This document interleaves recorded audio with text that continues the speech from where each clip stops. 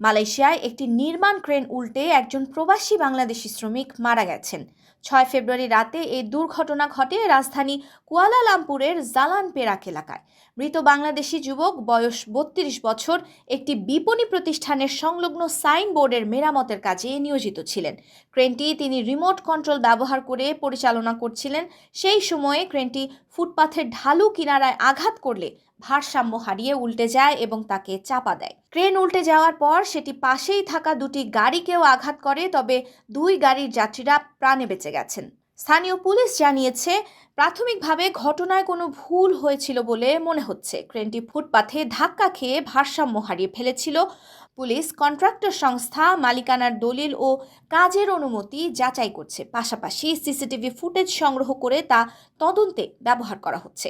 এই দুঃখজনক ঘটনায় নিহত শ্রমিকের পরিবার ও প্রবাসী কমিউনিটিতে শোকের ছায়া নেমে এসেছে।